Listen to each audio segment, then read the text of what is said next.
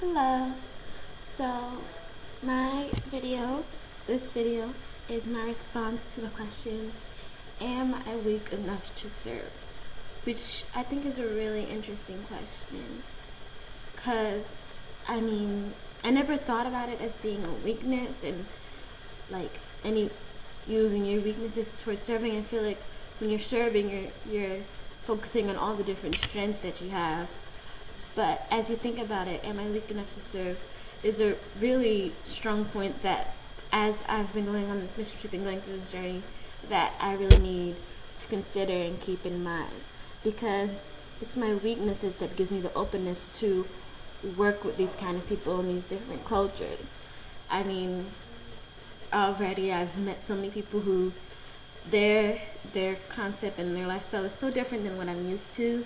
Maybe not necessarily in a spiritual sense, but it's still very different, and it's all about kind of figuring out how to open up my mind to those ideas. And I mean, we all have our weaknesses, and if we say that we don't, we're just fooling ourselves, lying to ourselves. And I don't know. I guess what I think about is that everybody has their weaknesses, and then where you might be weak, another member of the team might be strong. Where someone isn't as creative as one, like, then the other person, they might be good at managing the kids and keeping them in check and under control. So it's very different. And I mean,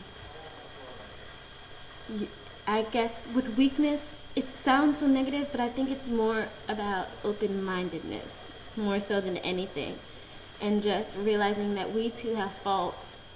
And when you come in contact with these other people, that's when those come in mind. Like people who are so, like, I don't know, there was a 9-year-old boy, and he was just so grounded in his faith that he could easily say, you know, God is here, God is protecting me, God is everywhere.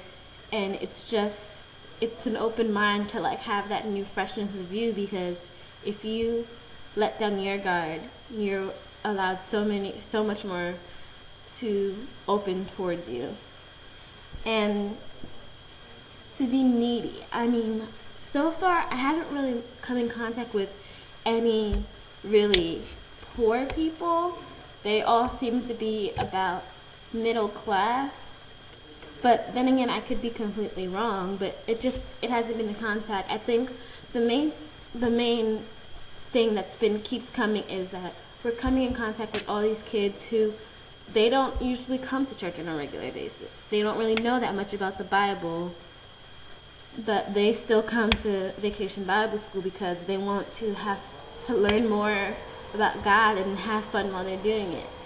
So in some ways, from my experience, needy isn't necessarily physical neediness, it's more like a spiritual neediness, where what are you lacking in your life? And for some of these kids, they're lacking that connection with God, except when we come every summer and, you know, give them that way to, you know, get to know more about the Word and get to know more about God and all that He has done for you, and what He can still do for you in the future.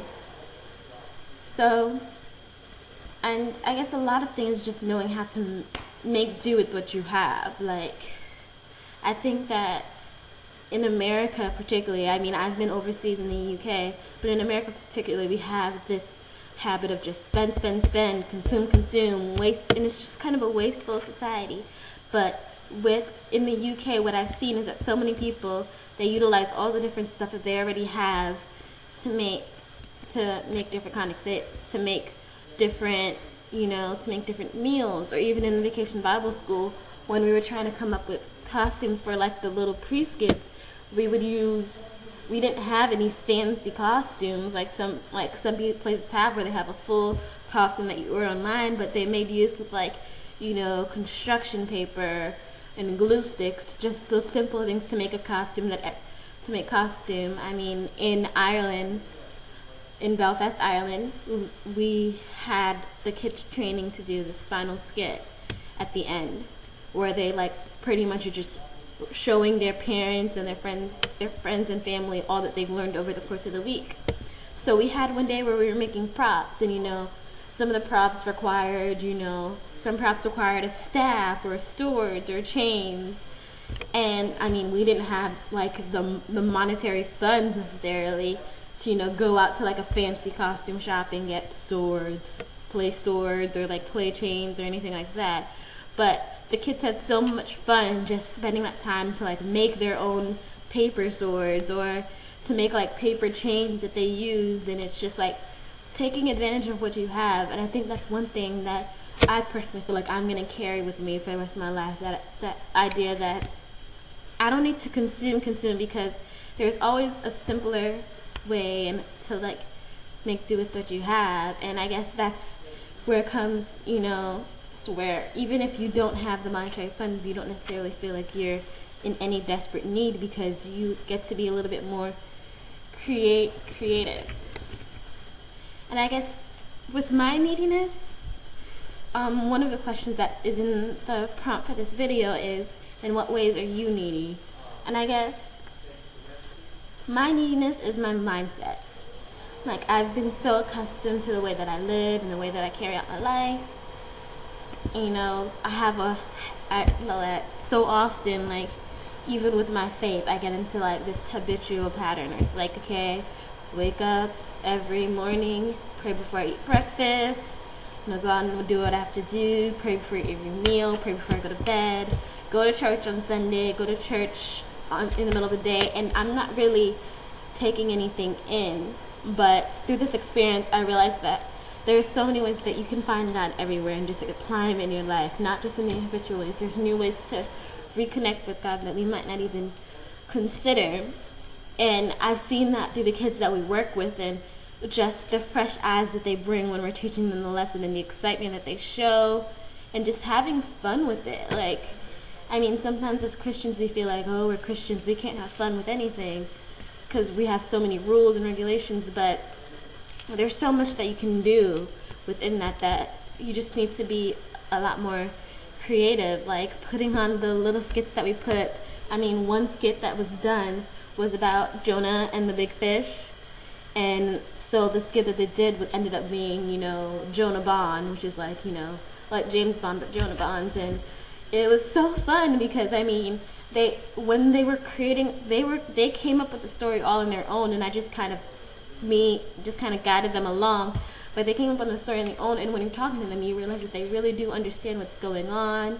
They really understand the story and what the main purpose of the story is. That, you can't hide from God. You can't do anything. They just have this freshness where it's like, I mean, I learned that story when I was little, and I don't even think so much about it. But then when you see it in this new light, you're just like, that's a really good message that I should be reflecting on a daily basis.